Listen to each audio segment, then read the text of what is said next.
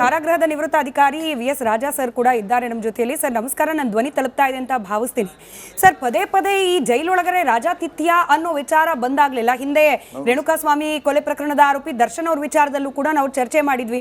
ಅದಾದ ನಂತರದಲ್ಲಿ ಅನೇಕ ಚರ್ಚೆಗಳು, ಈ ಉಗ್ರರ ಕೈಯಲ್ಲಿ ಮೊಬೈಲ್ ಇದೆ ಅನ್ನೋ ವಿಚಾರಕ್ಕಾಗಿರ್ಬೋದು, ಜೈಲ್ ಒಳಗಡೆ ಪಾರ್ಟಿ ಮಾಡ್ತಿದ್ದಾರೆ ಅನ್ನೋ ವಿಚಾರಕ್ಕಾಗ್ಬೋದು, ಆಗೆಲ್ಲ ಕೂಡ ಪೊಲೀಸ್ ಡಿಪಾರ್ಟ್ಮೆಂಟ್ ನ ರೆಪ್ರೆಸೆಂಟ್ ಮಾಡುವವರು ಯಾರೆಲ್ಲ ಬಂದಿದ್ರು ಪ್ಯಾನೆಲ್ಗೆ, ಅವ್ರಿಗೆ ಇದ್ದಿದ್ದು ಒಂದೇ ಕಂಪ್ಲೇಂಟ್.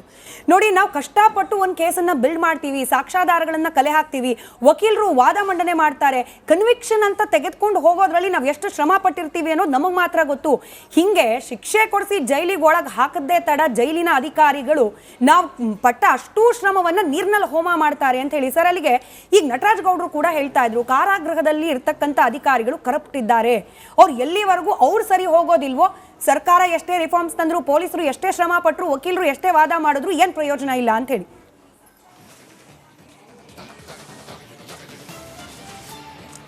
ನಮಸ್ಕಾರ, ನನ್ನ ಹೆಸರು ವಿ.ಎಸ್. ರಾಜಾ ಅಂತ. ನಾನು ಅಡಿಷನಲ್ ಐ.ಜಿ ಆಗಿ ರಿಟೈರ್ಡ್ ಆಗಿದ್ದೀನಿ. ಕಾರಾಗೃಹ ಇಲಾಖೆಯಲ್ಲಿ 32 ವರ್ಷ ಸರ್ವಿಸ್ ಮಾಡಿದ್ದೀನಿ. ಈ ನಾವು ಪ್ರತಿ ಸಲನೂ ಈಗ ಕಾರಾಗೃಹದ ಒಂದು ಅವ್ಯವಹಾರಗಳು ಬೆಳಕಿಗೆ ಬಂದಾಗ ಈ ಮೀಡಿಯಾದಲ್ಲಿ ದೊಡ್ಡ ಪ್ರಚಾರ ಆಗ್ತದೆ. ತಾವು ಹೇಳಿದ ಎಲ್ಲ ಅಧಿಕಾರಿಗಳು ಕರಪ್ಟ್ಸ್ ಅಲ್ಲ ಮೇಡಮ್, ಎಲ್ಲ ಇಲಾಖೆಯಲ್ಲೂ ಕರಪ್ಟ್ಸಿದ್ದಾರೆ. ಆದರೆ ನಮ್ಮ ಇಲಾಖೆಯಲ್ಲಿ ಆನೆಸ್ಟಾಗಿ ದುಡಿತೀವಿ. ನಿಮಗೆ ಒಂದು ವಿಷಯ ಹೇಳ್ತೇನೆ, ಒಂದು ಕಾರಾಗೃಹದಲ್ಲಿ 100-200 ಮಂದಿಯಲ್ಲಿ ಒಬ್ಬ ಸಿಬ್ಬಂದಿ ಏನಾದರೂ ಈ ರೀತಿ ಕಾಂಟ್ರಬ್ಯಾಂಡ್ ಆರ್ಟಿಕಲ್ ಸಪ್ಲೈ ಶುರು ಮಾಡಿದ ಅಂದರೆ ಬೇಲಿ ಇದ್ದು ಎಲ್ಲ ಮೇಯ್ದಂಗೆ ಹೊಲ ಮೇಯ್ದಂಗೆ ನಮ್ಮ ಇಡೀ ವ್ಯವಸ್ಥೆನೇ ದೋಷಿಸ್ತಾರೆ ಸಮಾಜ. ಅದರಿಂದ ನಮ್ಮ ಕಷ್ಟ ನಮಗೆ ಗೊತ್ತದು, ನಾವು ಯಾವ ರೀತಿ ನೌಕರಿ ಮಾಡ್ತೀವಿ ಅಂತ. ರಾತ್ರಿ ಆಗಲು ನಾವು ಶೋಧನೆಗಳನ್ನ ಮಾಡ್ತೀವಿ ಮೇಡಮ್. ರಾತ್ರಿ ಮಿಡ್ ನೈಟು, ಬೆಳಗಿನ ಜಾವ, ಬೆಳಗ್ಗೆ, ಮಧ್ಯಾಹ್ನ, ಸಾಯಂಕಾಲ ಅಂತ 3 ಫ್ಲೋರ್ ಹತ್ತಿ ನಾವು ಮಂಡಿನೇ ಸರಿದೋಗಿದೆ. ಪರಿಶ್ರಮ ಮಾಡ್ತೀವಿ ನಾವು. ಆದರೂ ಒಬ್ಬ ಬ್ಲ್ಯಾಕ್ ಶೀಪ್ನಿಂದ ಇಂಥ ಆರೋಪಗಳು ಬರ್ತವೆ. ಅದಕ್ಕೆ ವ್ಯವಸ್ಥೆನೇ ದೋಷ ಮಾಡೋದು ಸರಿಯಲ್ಲ ಮೇಡಮ್.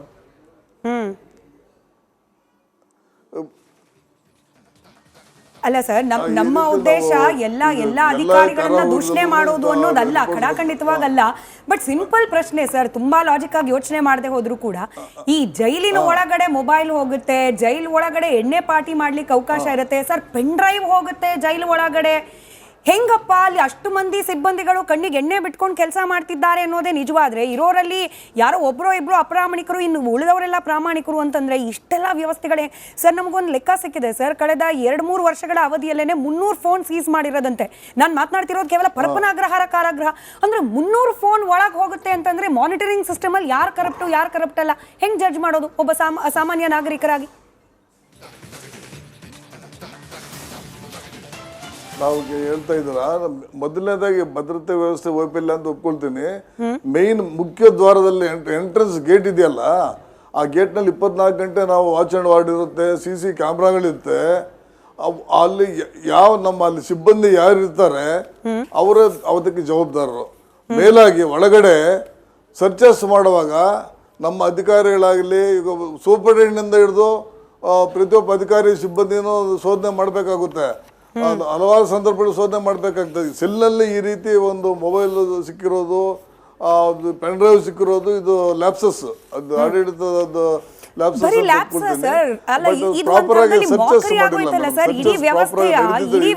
ಅಣುಕಾಗೋಯ್ತಲ್ಲ. ನೀವು ಹೇಳ್ತಿದ್ರಿ ಕೇವಲ ಲ್ಯಾಪ್ಸು, ಈಗ ಒಂದೇ ಒಂದು ಬಾರಿ ಆಗಿದ್ರೆ ನಾನು ಕೂಡ ಲ್ಯಾಪ್ಸ್ ಅಂತ ಒಪ್ಕೊಳ್ತಾ ಇದೆ sir. This is repetitively occurring. ಇದು ವ್ಯವಸ್ಥೆಯ ಮಾಕ್ರಿ ಅಲ್ವಾ ಸರ್? ಇದು ವ್ಯವಸ್ಥೆ. ಆಮೇಲೆ ನಮಗೆ ಈಗ ಆಡಳಿತ ವ್ಯವಸ್ಥೆಯಲ್ಲಿ ನಮ್ಮ ಕಾರಾಗೃಹ ವ್ಯವಸ್ಥೆ ನಾವು ಬೇರೆ ಪರದೇಶಗಳು ಕಂಪೇರ್ ಮಾಡಿದಾಗ ನಾವು ಆಡಳಿತ ವ್ಯವಸ್ಥೆ ಬಹಳ ಕಡಿಮೆ ಇದೆ.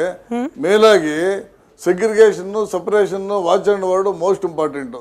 ಸೆಗ್ರಿಗೇಷನ್ ಮಾಡಿ ಇಂತಹ ಕೈದಿಗಳನ್ನ, VIP ಕೈದಿಗಳನ್ನ ಸ್ಪೆಷಲ್ ವಾಚ್ ಆ್ಯಂಡ್ ವಾರ್ಡ್ ಮಾಡಿ ಅವ್ರಿಗೆ ನಾವು ನಿಯಂತ್ರಣದಲ್ಲಿ ಇಡುವಂಥ ವ್ಯವಸ್ಥೆ ಇದೆ. ಬಟ್ ಈಗ ಆಡಳಿತದಲ್ಲಿ ವೈಫಲ್ಯ ಆಗಿದೆ ಅಂತ ನಾವು ಹೇಳಬೇಕಾಗುತ್ತೆ. ಯಾರು ಇನ್ಚಾರ್ಜ್ ಇದ್ರು ಆ ಬ್ಯಾರಕ್ನಲ್ಲಿ 24 hours ಒಬ್ಬ ಗಾರ್ಡ್ ಇರ್ತಾನೆ, ಒಬ್ಬನು ರಿಲೀವ್ ಆದ್ಮೇಲೆ ಇನ್ನೊಬ್ಬ ಬರ್ತಾನೆ. They would have been removed. ಮತ್ತೆ ಬಿಳಿ ಬಟ್ಟೆ ಆಗಬೇಕು. One is been convicted, you have to wear white clothes, but is not wearing white clothes. They have to watch and ನೋಡ್ತಾರೆ, ನಮ್ಮ ಸಿಬ್ಬಂದಿ ನೋಡ್ತಾರೆ. ಅವ್ರು ಹೇಳ್ಬೇಕು ಬಿಳಿ ಬಟ್ಟೆ ಹಾಕ್ಸ್ಬೇಕು, ಮತ್ತೆ ಇದು ಕಾರಾಗ ನಿಯಮಗಳನ್ನು ಪಾಲಿಸಬೇಕು ಈ ರೀತಿ ಬಂದಿರೋದು ನಮಗೂ ಆಶ್ಚರ್ಯ ಆಗ್ತಾ ಇದೆ. ಬಟ್ ಇದು ಅಡ್ಮಿನಿಸ್ಟ್ರೇಟಿವ್ ಲ್ಯಾಬ್ಸ್ ಅಂತ ಹೇಳ್ತೀನಿ ಮೇಡಮ್ ನಾನು.